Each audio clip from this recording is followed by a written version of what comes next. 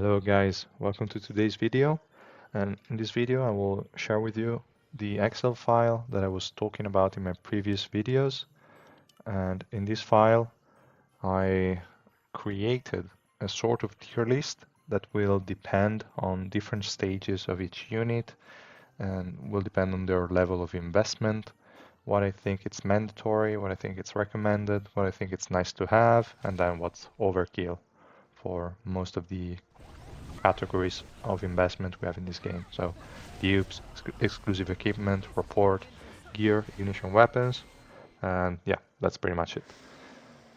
So in this video, we'll just go through the different tabs and give us brief explanation, and then I will create specific videos for each tab where I go more in detail on what's the reasoning behind it, and why I gave a certain unit a certain rank, why I think they need a certain level of exclusive equipment, a certain level of dupes, or certain stats, etc. The next video will be on ignition weapons, so we'll go more in details on which sets to use and which stats to look for.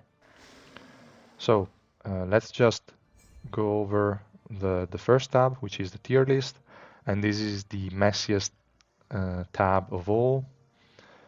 As I said, I divided it by mandatory, recommended, and nice to have. You will see in the following tabs that there will be colors representing these tiers. So when you're like, okay, I gave a certain unit a rank for mandatory, what does it mean? You can go to the other tabs and just look for what I marked as mandatory, and then you can understand, okay, if I have those, that unit will perform in a certain way. Then if I have the recommended, the unit will perform in another way. If they have the nice to have, the unit will perform in yet another way.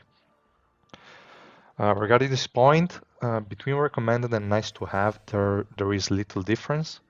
Most of, like the majority of the differences will be on SSR plus characters, because for most of them, the nice to have will be full rainbow. So in that case, the ranking for them will change a lot, but most of the SSR units will have full rainbow as recommended. Not all of them, but most of them. And I will go in more detail to what I think is mandatory, what I think it's recommended, what I think it's nice to have in the following tabs.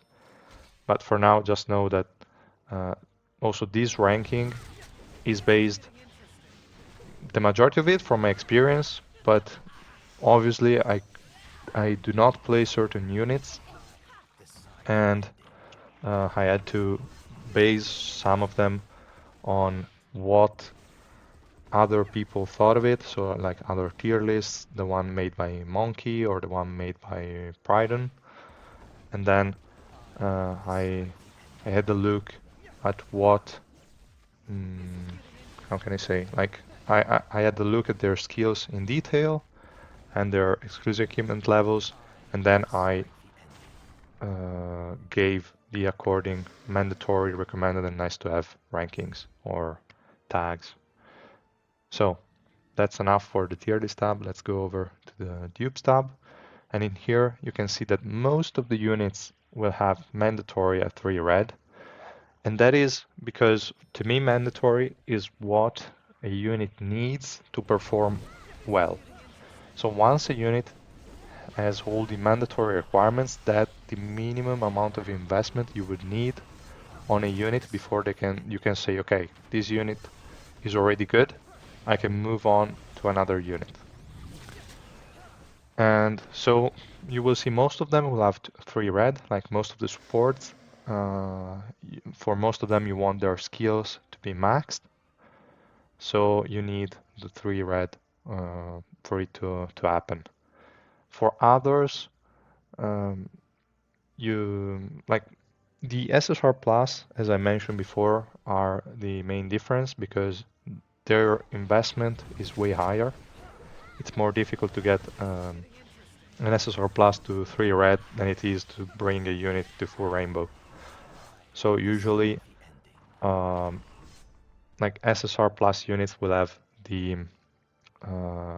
mandatory at either no dupes or 3 green, and then the recommended at 3 red, usually, not all of them, but most of them, and then the nice to have at 4 rainbow. So that's also why the tier list changes between recommended and nice to have are happening mostly for SSR plus units. I also added the overkill tag, which is basically the fully maxed. So most of the units do not need, well, not most, but some of the units do not need certain levels of investment. So you will see that cell marked in black. And yeah, that's pretty much it. And you will also see some sort of Easter egg, like this Rachel here. That's the only Easter egg I placed. Like I really hate that unit. Not in game, but in the manhwa, yes. So for that, I decided to say like, okay, let's do something stupid. Let's add Rachel as overkill in any way, and also the tier list. She had all these, etc. But obviously, there is also the real rankings or the real analysis for Rachel as well. It's just hidden. You need to unhide the row, and that's it. But I will keep it hidden for now because she doesn't deserve anything. Please, guys, do not invest in her. And yeah. So that was all also for the dupes tab. Let's move on to the exclusive equipment tab. In this case, the logic is the same. So certain units perform well even at exclusive equipment 0. Some units perform even if they do not have the exclusive equipment unlocked, and some others need certain levels to do their job. So I will go in more detail again in a dedicated video. What's important to notice here is that in some tabs I write notes and comments. Like in this case, I wrote that that plus 40 is overkill and not needed. Basically in all the cases, because the gains are minimal compared to plus 35, but the cost is way too high. And you can prioritize in that case units you like. If you want to go for the full golden meme, no, I don't know if calling it meme makes sense, but yeah, like if you want to go for a unit full golden, then sure, go for it. I would still prioritize carry units for the biggest value, but you know, it doesn't really matter at that point. Okay, the next tab is the report. So for this, most of the carries you will notice you need to have level 6 report. That's it. If you want the unit to hit stuff, you need it. A lot of them will be okay with just level 4. Some of them will take some, like will use the evasion from the level 5, but even then, I think evasion, unfortunately, in Adventure is not a usable stat. It's only usable on certain characters, like Zahard, that already have ways to boost their evasion, or Adin that are reliant on it. There's also an air-ranked guy, so I don't remember the monk guy, the last one in the list. He has a lot of skills that increase his evasion, so it would also have it as a mandatory requirement. Quent from the blue team, the blue element, also need evasion, also leverages it, so that's also useful. But in most cases, you don't really need it. It's okay, it's recommended to have it, because then in PvP that unit can perform better, but is not mandatory.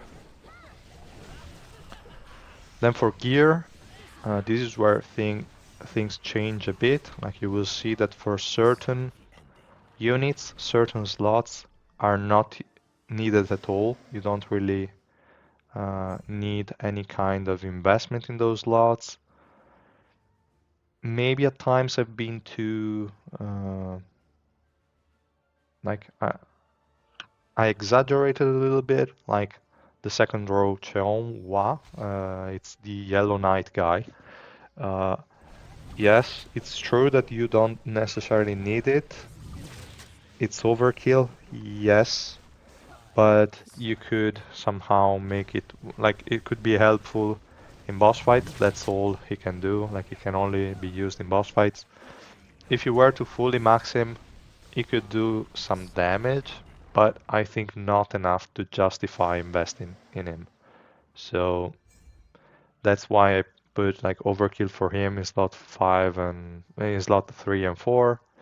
You don't really need evasion on him. You don't really need him to take reduced damage because usually in boss fights you have enough time, build up time that he doesn't take damage. He can cast his ultimate and then what he had to do he already did. So you don't really need to overinvest.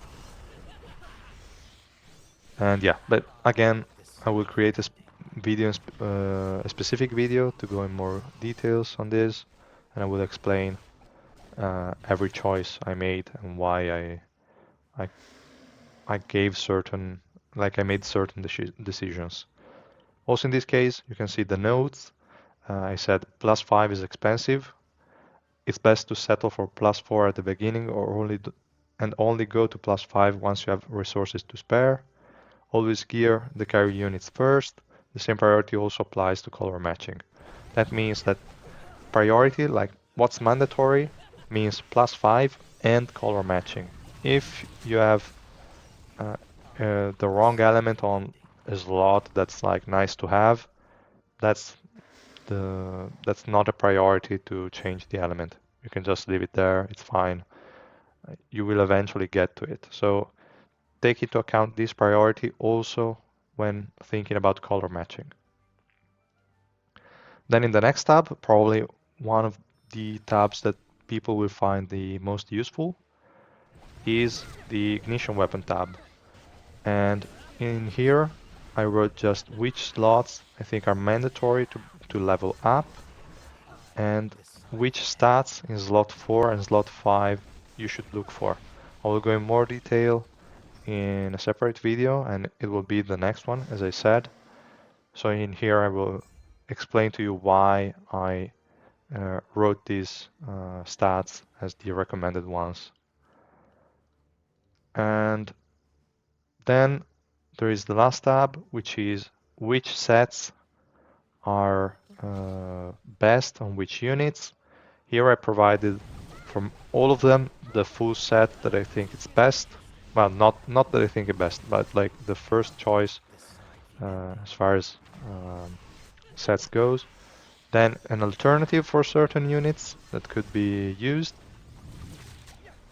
Then also an option on what you could run as an hybrid if you want to go 2 pieces of a set, 2 pieces of another.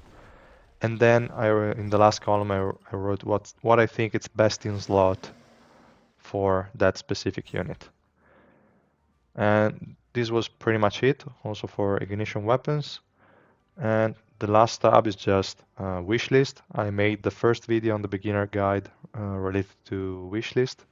And here I tried to summarize it a little bit, giving also percentages and different priorities. And then also I wrote some notes here, like as a rule of thumb, when you have 2 to 3 units, depending on the stage of the game you are. Obviously, if you are below floor 16, you just need 2 carry units maxed. If you are above level 16, you should already start building towards the third unit. Then, based on the stage of the game you're at, you can then swap out a priority 1 unit for priority 2, 3, or 4.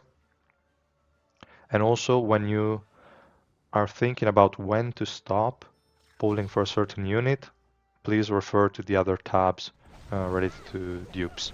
So you will know, like, okay, I've already reached this amount of dupes. That's enough for this unit to be valuable, so I can swap it out and start pulling for another unit. That's also why I decided to add this tab in. And yeah, also I wrote which SSR Plus units you need, at least 1 copy of them. Just as a reminder, it's not strictly related to wishlist, but yeah, just in general, know that it's nice to have one copy of each of them. And that was all for today's video. I will close it here, and I will work on preparing the video for the ignition weapons that will come out soon after this one. Thank you guys for watching. I hope this one was helpful and gave you some information on what's going to happen soon. And I will drop the link to this file down in the description box, so please feel free to check it out and make copies if you want, and just make changes to your own if you feel like I didn't do a good job, and just share it in the comment what you think I could improve in this file. If you have any suggestions, they're always welcome. So thank you guys, and see you in the next one. Bye.